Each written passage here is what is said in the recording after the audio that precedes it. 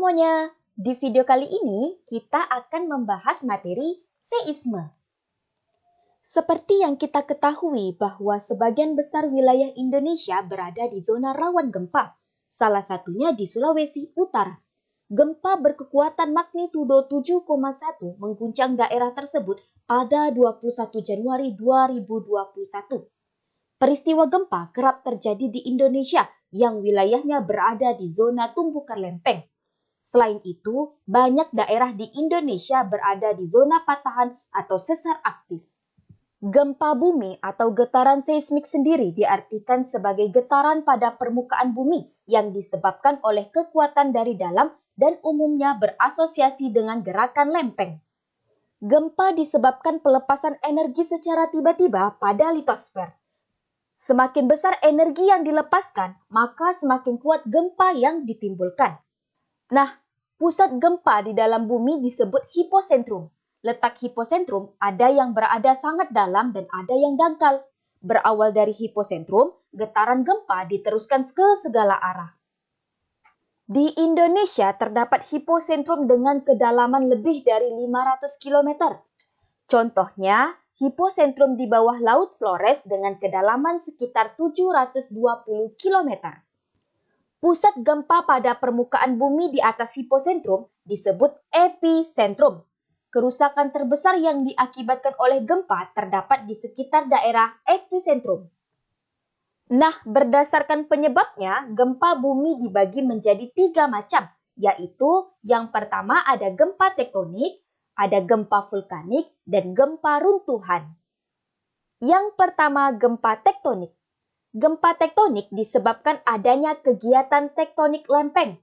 Gempa bumi ini terjadi di zona batas antar lempeng dan patahan, yaitu sirkum Mediterania, termasuk di wilayah Balkan, Iran, India, dan Indonesia, serta terdapat di sirkum Pasifik, termasuk di wilayah Jepang, Filipina, Chile, dan Amerika Tengah. Gempa ini sering mengakibatkan perpindahan tanah, sehingga gempa ini disebut gempa dislokasi. Gempa ini memiliki kekuatan yang sangat besar dan sebarannya meliputi daerah yang sangat luas, sehingga sering menimbulkan kerusakan atau bencana alam. Yang kedua, gempa vulkanik. Gempa vulkanik adalah gempa yang disebabkan oleh aktivitas gunung api yang biasanya terjadi baik sebelum, selama, atau setelah peletusan gunung api. Gempa ini hanya terjadi di daerah gunung api. Jika gunung api akan meletus, timbullah tekanan gas dari dalam sumber kawahnya yang menyebabkan terjadinya getaran yang disebut gempa vulkanik. Dalam banyak peristiwa, gempa bumi ini mendahului terjadinya erupsi gunung api, tetapi lebih sering terjadi dalam waktu bersamaan. Yang ketiga, gempa runtuhan. Gempa runtuhan adalah gempa yang terjadi akibat runtuhan batuan, biasanya terjadi di daerah kapur atau terowongan bawah tanah akibat kegiatan penambangan. Pada daerah kapur, runtuhan dipengaruhi oleh proses pelarutan.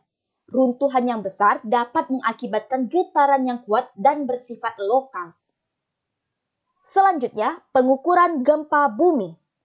Hal-hal terkait dengan gempa bumi perlu diselidiki agar akibat yang terjadi dapat diperhitungkan dan upaya mitigasi bencana gempa dapat dilakukan.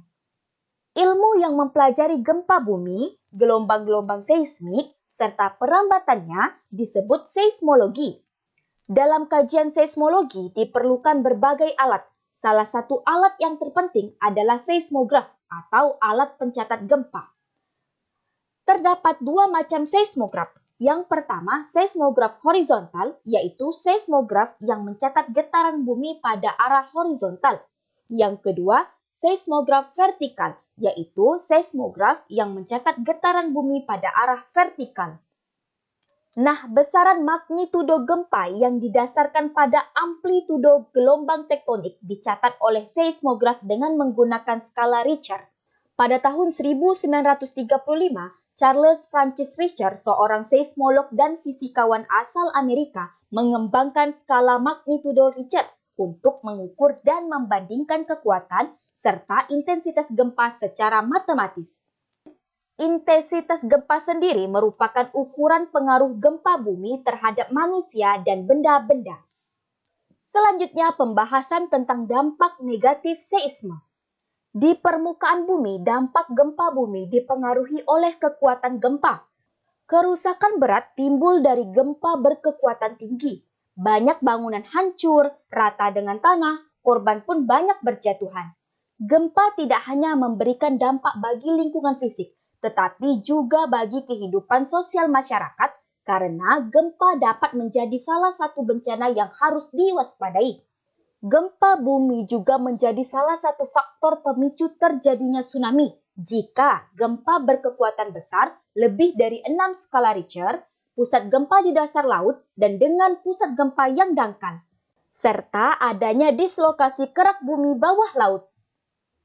Dampak negatif seisme lainnya yaitu gempa dapat memicu terjadinya fenomena likuifikasi seperti kejadian saat gempa Palu dan Donggala pada September 2018. Likuifikasi atau pencairan tanah adalah hilangnya kekuatan tanah yang jenuh air karena perubahan tegangan. Akibat hilangnya kekuatan tanah ini, terjadi longsor, perubahan tekstur tanah menjadi lumpur, atau pergerakan tanah secara tiba-tiba. Nah, itulah tadi penjelasan mengenai seisme dan pengaruhnya terhadap kehidupan. Terima kasih telah menonton video ini. Sampai jumpa di video selanjutnya. Bye-bye.